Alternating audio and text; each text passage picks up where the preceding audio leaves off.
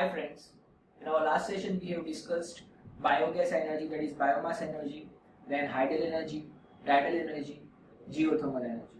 In today's session we will continue and we will see nuclear energy and various forms of energy, that is solar energy, and what will be the effect of all these energies on our environment, that is global warming and ozone depletion. This is Faizan Kagbi and I welcome you all to our lecture series of basic mechanical engineering. So this we are going to see nuclear energy, solar energy, wind energy and environmental issues. Okay, so let's begin with nuclear energy. Now, nuclear energy is the energy trapped inside the atom. Nuclear fuels used for power generations are uranium, thorium, plutonium. As we know that 92 uranium-235, 92 uranium-238 and even 92 uranium-236 are used as a fuel. Okay, so there are two types of reaction we are going to see that. There is fusion reaction and fission reaction. Let us see first atomic fission reaction. Fission means separating and fusion means connecting, that is joining. Okay, so let us understand fission. So the heavy nucleus is split into two or more lighter nuclei. We can say a heavy radioactive molecule disintegrates to form a two smaller radioactive nuclei or atom. When this is done, tremendous amount of energy is released in form of heat energy. That is called an exothermic reaction. Okay, that is exothermic reaction. Now this energy can be harnessed to generate electric current. That is, we are using a nuclear power plant. Okay, so remember, in nuclear reactor, which type of reaction is going to take place? So we would say fission reaction. So we are actually bombarding neutrons to generate fission reaction inside a nuclear reactor, and because of that exothermic reactions takes place and heat energy is released. That heat energy is utilized to convert water into steam, and that steam can be passed into a steam turbine to generate electric current, that is to generate mechanical power, and from that we can generate electric current. Let's see further. The reduced mass is converted into enormous energy, as I have told, in accordance with the Einsteinic energy equation, that is given by E is equal to delta mc square. Advantages. Now let us see that. Reduces demand on fossil fuel like coal, oil and gas. Transportation and storage of fuel is easy compared to conventional fuels. It produces large amount of power. Okay, that is nuclear power plant can be utilized to generate large amount of electric current. Remember that. Okay. Disadvantages. Obviously, the cost of uranium is quite high. Okay, so high cost has a problem of radioactive waste disposal. High safety is needed from a nuclear radiation. So whenever bombarding is done, radioactive particles such as alpha particle, beta and gamma particles are released.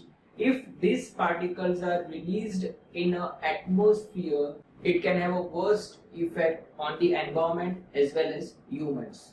Okay, so this high safety is very much important. For that, we are providing a biological shield to a nuclear reactor. Cost of power generation is quite high. Okay, so this is very obvious. Now, next topic, solar energy. Solar energy is the energy obtained from sun in the form of radiations. Sun is an inexhaustible source of energy and pollution-free source of energy, as you all know that. Okay, so how it can be utilized? So one of the technique is to directly use a photovoltaic cell to generate electric current. That is, solar energy is imparted on a photovoltaic cell and it directly converts heat energy into electric current. And second technique, based on mechanical point of view, is that we are using a solar power plants. Okay, in solar power plants, we are actually generating electric current by making use of turbines. Okay. Now let us see further. Now how solar energy is generated. So it is given that it results as a result of nuclear fusion reaction. That is, hydrogen reactions and helium reactions takes place within sun. Okay. Solar energy has a maximum potential of all the sources of renewable energy. Okay. Now what are the advantages? So easy installation and maintenance, absence of noise and other form of pollution, longer life, makes it favorable for remote, isolated forest and hilly areas. It is renewable source of energy and inexhaustible form of energy. It can be directly converted into electric energy by using a photovoltaic cell, as I have told that. Okay, now let us see the disadvantages. So, uncertainty of availability of solar energy due to cloud, wind, and rainfall, etc. Currently, the initial cost is high but is reducing at a faster rate. It involves very high cost of storage of energy during non-availability of sunshine hours. Okay, now next form of energy, that is wind energy. So we know that wind farms are used to generate electric current. That is, it supplies the mechanical power directly to the generator to produce electricity. So wind energy is a kinetic energy associated with the movement of air. Wind turbines transform the energy. Kinetic energy of a wind is converted into mechanical energy, and that mechanical energy is further converted into electric current by means of generators. The minimum wind speed which is required for satisfactory performance of a wind generator is 15 km per hour. The wind power potential of India is estimated to be about 20,000 megawatt, while at present we are generating about 1020 megawatt. So quite less generation is taken place compared to the estimated generation. That is, India has a potential of 20,000 megawatt, but installation of windmills are comparatively lesser to generate more power. Now, what are the advantages? So we can say that is a non-polluting, environmental friendly source of energy. Renewable and sustainable source of energy available free of cost. This is a very obvious point. Next, generation of electricity is fast and cheaper compared to other sources. Now, what are the disadvantages? So we can say that it can be located only in a vast open areas. Okay. At the present, capital cost is quite higher and large variation in wind speed during cyclones. Now, what are the applications? So, wind power can be used for production of electric power, to run water pumps, as well as for charging batteries. Okay. Now, let us see the environmental issues. So, first is global warming. We need to see that. Global warming is when the earth heats up, the temperature rises. This is basically because of carbon dioxide content is increasing. So it happens when greenhouse gases, that is carbon dioxide gas, water vapor, nitrous oxide and methane, that is CH4, trap heat and light from the sun in earth atmosphere. And because of a trapping of that heat energy, temperature of earth increases. Right? Okay, now let's see further. The primary greenhouse gases present in earth atmosphere are water vapor, then carbon dioxide, methane, that is CH4, nitrous oxide, that is N2O, N2, and ozone. With too many greenhouse gases in the air, we can say that Earth atmosphere will trap much more amount of heat energy and will get much hotter, right?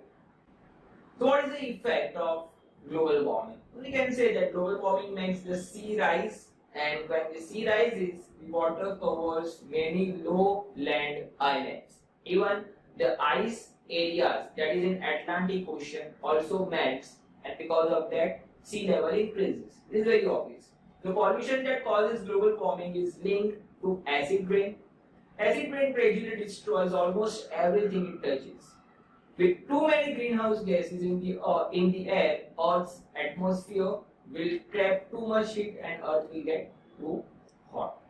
So let us see our next topic, that is ozone depletion. So we can say that ozone layer is present at an altitude of 25 kilometers in stratosphere.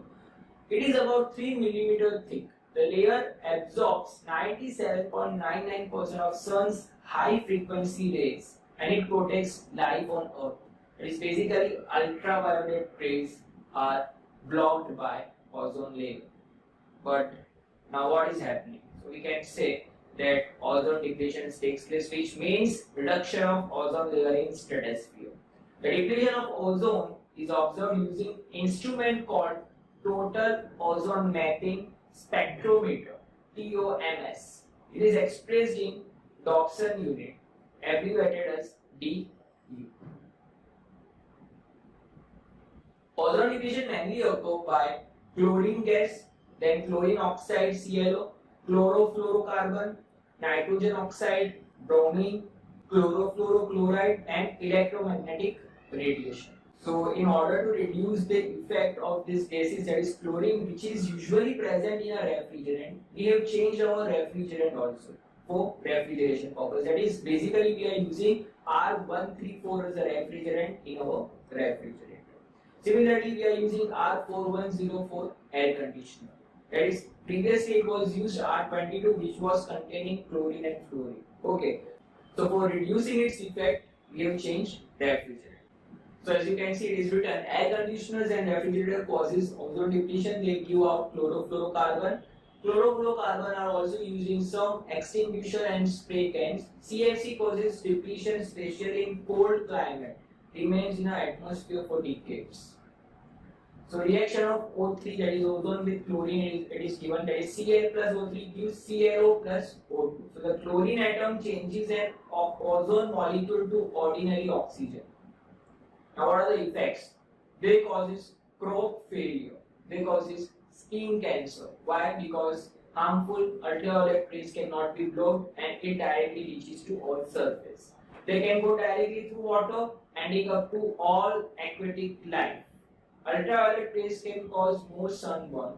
They can damage our eyes and can increase people's blindness. Okay guys, so with this we are completing with our chapter of energy.